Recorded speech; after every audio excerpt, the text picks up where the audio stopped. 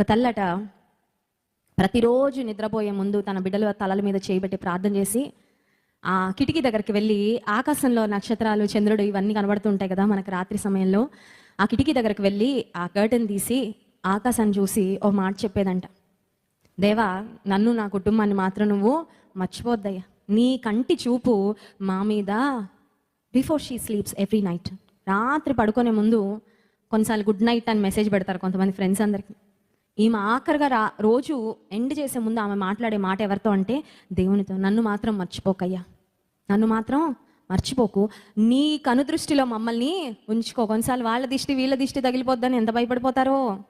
ఇక్కడో చుక్క అక్కడో చుక్క, పిల్లలకి ఎన్ని చుక్కలు పెడతారు. కొంతమంది పిచ్చి పిచ్చి బొమ్మలు పెడతా ఉంటారు ఇంటి ముందు, ఇంటికి ఏదో దిష్టి తగిలిపోద్దారు.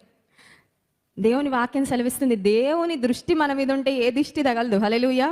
దేవుని కనుదృష్టి అంతే, దట్స్ ఇట్.